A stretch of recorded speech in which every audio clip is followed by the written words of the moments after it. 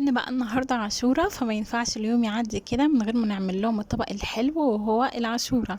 طريقه سهله جدا وحلوه قوي. يلا نشوف الطريقه. انا كان معايا نص كيلو من القمح اللي هو بتاع البليله. نقعته قبلها بليله، وتاني يوم الصبح شغلت عليه النار. تقريبا اخد معايا نص ساعه وكان استوى. شغلت عليه النار مع طبعا حوالي لتر ميه سخنه. بعد كده بقى لما استوى نفش معايا وبقى مستوي قوي قوي بالشكل ده. رحت جبت بقى كوبايتين كده من السكر، وطبعا السكر على حسب الرغبة، بس انا عاملة كمية كبيرة فتحتاج كمية السكر دي.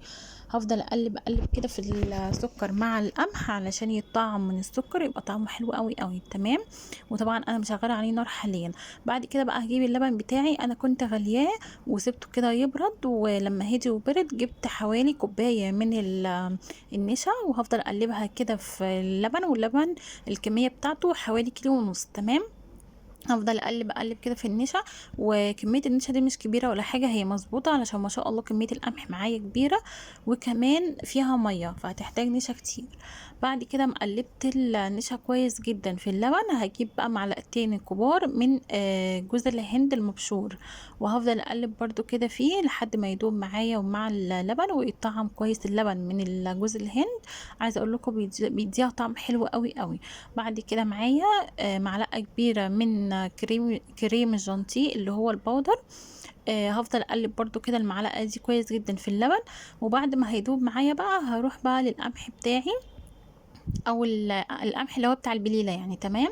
هفضل اقلب فيه كده كويس جدا. انا كنت سايبه بس السكر يدوب معايا كده على النار. بعد كده بقى هدوقه لقيته مظبوط، هنزل عليه بقى اللبن. تمام. اللي احنا عملنا فيه النشا. وهفضل اقلب لحد ما يتقل معايا. قلبيها على قد ما تقدري. عايزه اقول لكم الطريقه دي حلوه قوي قوي يا جماعه، جربوها.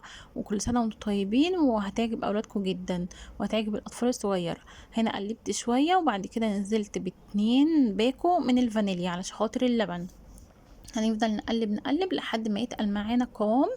قلبي خلي ايدك فيها لحد ما تلف معاكي وتتقل بالشكل ده. شايفين هنا بدأت تلف معايا اهي ما شاء الله. عايزه اقول لكم عشان تكون كريميه كده وحلوه وانت بتاكليها. ما تقلهاش قوي يعني، تخليهاش تلف قوي. شايفين انا كده خلاص. في الوقت ده انا كنت هقفل عليها. تمام. لان هي لسه لما تدخل التلاجة، طبعا لما بتاكل ساقعه بتكون جميله جدا جدا. تدخل التلاجة فهتتقل معايا. هنا بقى جبت البولات بتاعتي. انا ما شاء الله كنت عامله كميه كبيره، فاستخدمت كذا طقم يعني من الأطقم بتاعه الرز بلبن والمهلبيه والحاجات اللي هي زي كده. تمام. فهنا كده كنت بوريكم كذا شكل انا حطيت فيه العاشوره.